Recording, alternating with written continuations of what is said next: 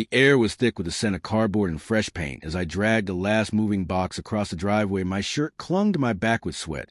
And yet I felt lighter than I had in years. This house was meant to be a new beginning, a sanctuary tucked into a quiet neighborhood where I could finally breathe after months of chaos. The street was lined with trimmed hedges and identical mailboxes. Each home bore the same sterile charm, like they had all been pressed from the same mold. But I told myself it would be worth it. Neighbors waved politely from a distance. Children rode bicycles down the cul-de-sac, and the sun painted the sky with a promise of calm.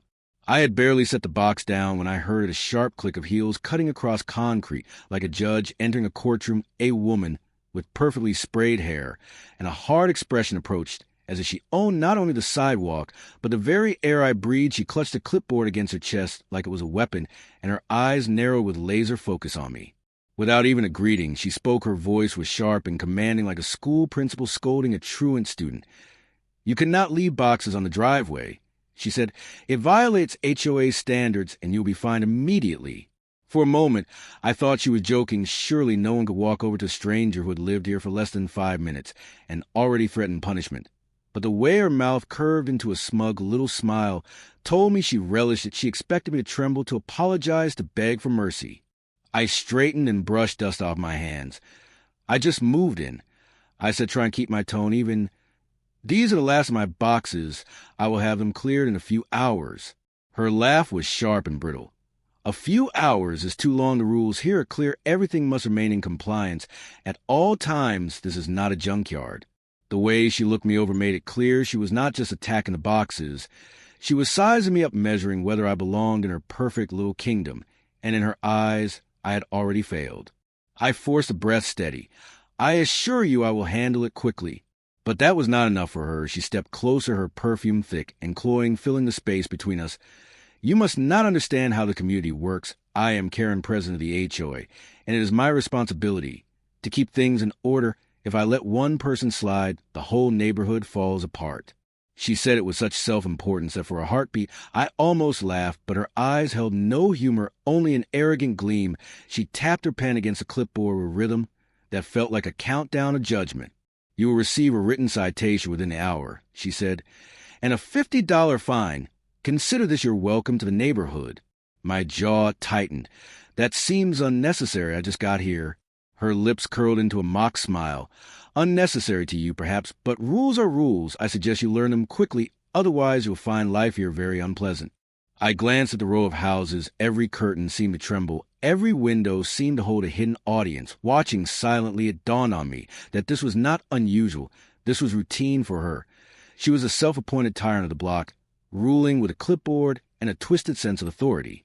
I could have argued further, but something in her tone made it clear she enjoyed this. This was not about boxes or rules. It was about power, and I had just become her newest target. Still, I kept my voice calm. "Very well, I will clear the boxes." She looked almost disappointed, as if she had hoped for more resistance, but her smile returned cruel and satisfied. "Good, I'm glad you are learning quickly. Most new residents think they can challenge me. They always regret it." She turned on her heels, clicking like a gavel striking the floor. Her voice floated back over her shoulder. "I will be keeping an eye on you." The sun had dipped lower, casting long shadows across the pristine lawns. I stood alone in my driveway, surrounded by boxes. But the weight I felt had nothing to do with cardboard. It was a sudden realization that I had not just moved into a neighborhood. I had stepped into a battlefield, and the woman with the clipboard intended to make me her first casualty. Yet as I watched her retreat, something inside me stirred a quiet defiance, a calm patience. I was not someone who bowed easily, and certainly not to a woman whose power came from intimidation. She thought she had won the first round. She thought I was just another helpless neighbor, but she had no idea who I really was. I lifted a box into my arms and whispered to myself, "We will see about that." The next morning the sun rose with the promise of calm, but my peace did not last long. I stepped outside with a mug of coffee and found a bright yellow slip tucked under my door. Fine had already been issued just as Kerren promised. Her handwriting was bold and triumphant across the page. $50 for leaving moving boxes in the driveway. Duration, 1 hour. I laughed quietly to myself, though the sound held no humor. It was less about the money and more about the message. She wanted me to know that every move I made would be scrutinized, every breath weighed against the rules. By the third day, the pattern became clear: a warning about the angle of my parked car, a complaint that my lawn looked too long, despite the fact that I had not yet unpacked my mower, a notice claiming my mailbox shade was off regulation, all absurd reasons, but each backed by the authority of her title as HOA president. Neighbors avoided eye contact when I passed. Some nodded politely, then quickly shut their doors, as if fearing association with me would bring punishment. I could see the unease in their faces. They were prisoners of her authority, bound by her pettiness, and too afraid to speak. One evening, as I carried groceries into the house, Kerren appeared again. Her heels clicked against the pavement, her arms folded with satisfaction. "Your trash bins were visible for 20 minutes after pickup," she said. "Another fine will be issued." I placed the bag of apples down and looked at her. "You seem to enjoy this." Her smile widened. "I enjoy order. You are simply not used to it. People like you always think they can do as they please. I will break you of that habit." Her words struck with deliberate cruelty. She wanted obedience. She wanted me small. I kept my composure, though inside something burned hotter with every passing day. Over the weeks, her harassment escalated. Notes slipped under my door, photos of my property printed and circled in red ink, letters threatening larger penalties if I did not comply, each action designed to grind me down. She spread rumors, whispering to others that I was disrespectful, lazy, careless. I watched the way neighbors' eyes flicked toward me, then away, as if to avoid drawing her wrath. I remained silent outwardly, but I was not idle. I saved every notice, every letter, every fine. I created a file thick with her arrogance. Each page was proof of her abuse of power. One Saturday afternoon, she struck with full force. As I watered my plants, she strode into my yard, clipboard in hand. A group of neighbors trailed behind her, curious spectators. She raised her voice high enough for them to hear. "This yard is unacceptable. Look at those weeds. You clearly do not belong in this community." Her words echoed in the air, sharp and humiliating. The neighbors shifted uncomfortably, some lowering their gazes, but none daring to challenge her. Her power thrived in their silence. I tightened my grip on the hose, steadying my breath. "I think the yard is just fine," I said. Her laughter rang out cold. "Of course you do, because you have no standards. People like you drag neighborhoods down. That is why we have rules and why I enforce them." Her arrogance was almost theatrical. She relished every second of her little performance, each insult another stroke to feed her ego. Something in me hardened then. I felt the weight of every unfair fine, every whispered rumor, every box of evidence I had collected. I smiled, faintly a smile. She did not understand. She thought I had given up. She thought my silence was defeat. She leaned closer, lowering her voice, so only I could hear. "You are nothing here. I make the rules. You are just another nobody who will learn their place." Her words dripped with venom, but my calm only deepened. I looked in the eye and let the silence stretch before answering softly. "You really have no idea who you are talking to." Her brow furrowed for a flicker, a second, then smoothed back into arrogance. She straightened, dismissing me with a wave of her hand. "We will see how long you last." She turned to her audience of neighbors, offering them a proud smile, as if she had scored some grand victory. They followed her away, whispering in her shadow, afraid to step out from under it. I stood alone in my yard, the hose still running water, pooling at my feet. The air was heavy, but not with defeat. For the first time since I moved in, I felt the shift. The battle lines were drawn, and Kerren had no idea that she had just declared war against someone who was far more than she assumed. I shut off the hose and looked at the stack of papers waiting inside my home. Each fine, each threat was not a burden, but ammunition. And when the time came, every smug word she had thrown would return to her tenfold. For now, I let the evenings settle around me, calm and steady. She believed she had broken me. She believed I was powerless, and that was exactly what I wanted her to think.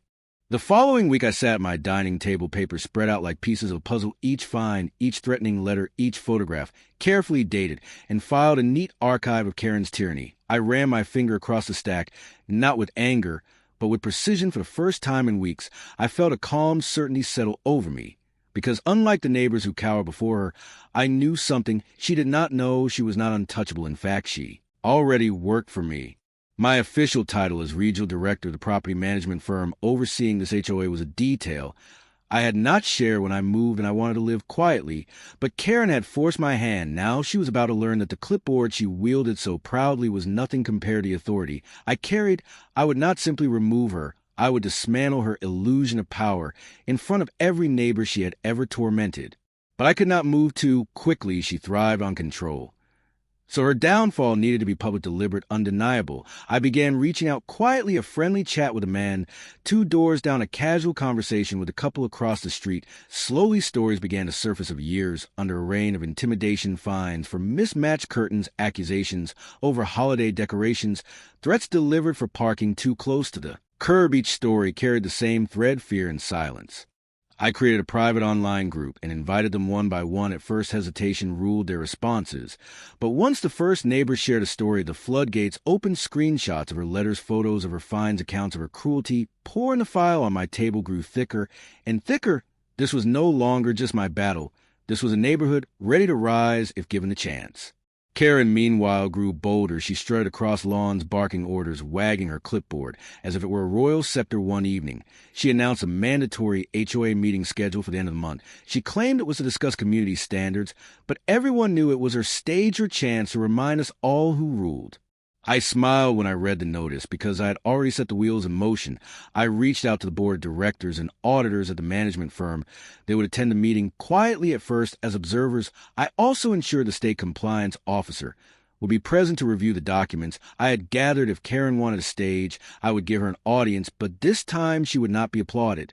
The night of the meeting, the community center buzzed with low voices. Folding chairs lined in neat rows filled quickly. Neighbors shuffled in, whispering anxiously. Some clutched folders of their own evidence. Kerren swept in last heels, striking the floor like thunder. Her smile stretched wide as she greeted everyone with false warmth. She tapped the microphone, testing it, then began her speech.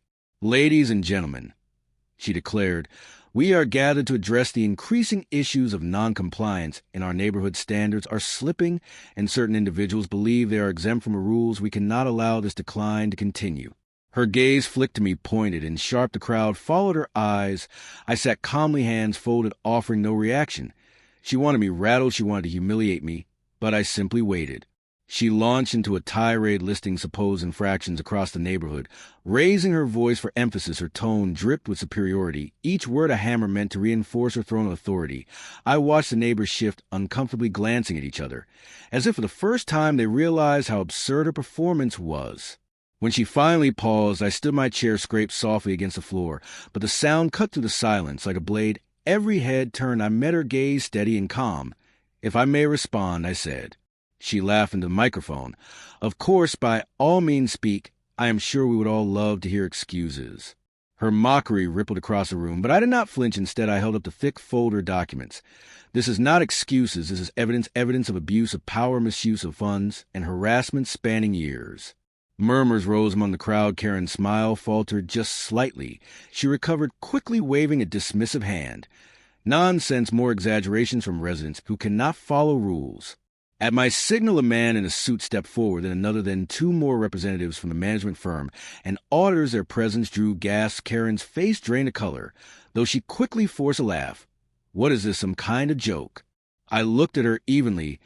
"No joke. Kerren, these are auditors, compliance officers, and board members, and they have come tonight because of you."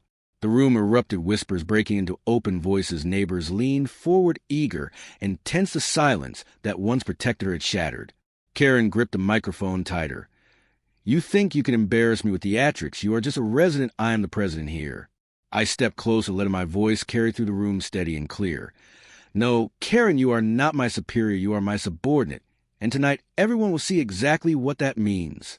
Her eyes widened, disbelief flickering into fury. The neighbors gasped, the words sinking, and she tried to speak, but her voice caught, for once powerless against the tide that was turning against her.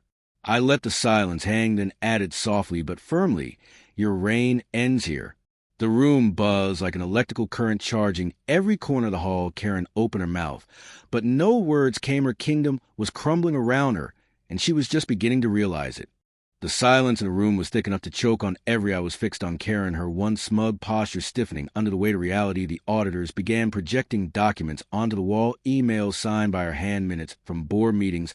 She had falsified financial discrepancies too glaring to ignore. Each page turned the whispers of the neighbors into rising voices. The evidence was undeniable, and with every revelation, Kerren's mask cracked further.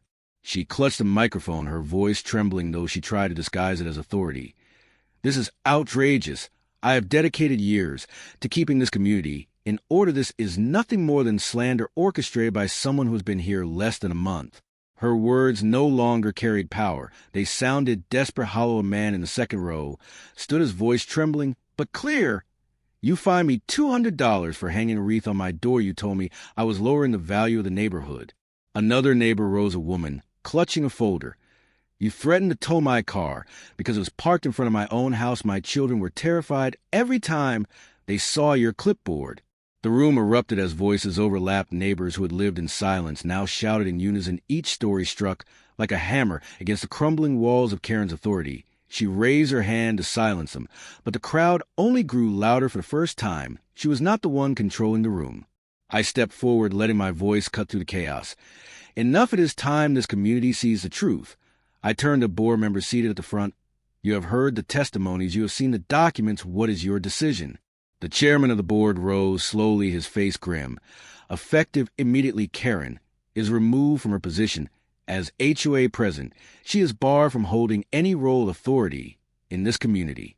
Gasps filled the hall. A cheer followed, echoing like thunder. Kerren's face flushed crimson, her jaw opening and closing as if searching for words. But finding none, she dropped the microphone with a hollow thud that rang through the room.